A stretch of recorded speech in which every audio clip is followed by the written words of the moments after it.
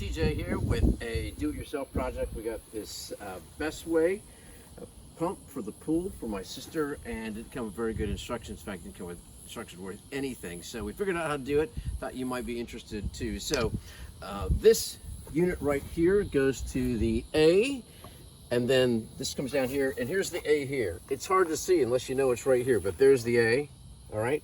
And then the B valves are here. They go together onto this three-way system with the Loctites right there.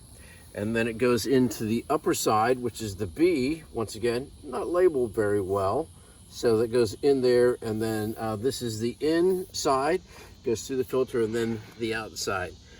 That valve over there has a lock and unlock, and so you want to make sure that if you're running the pump, that the unlock position is where it is. So it goes back and forth like that. Lock and unlock. You want to make sure it's unlocked, and you can lock it if you're taking this off for some reason so the water doesn't come out of the pool.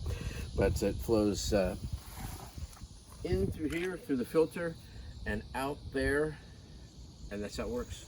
Thanks for tuning in, and thanks for my daughter.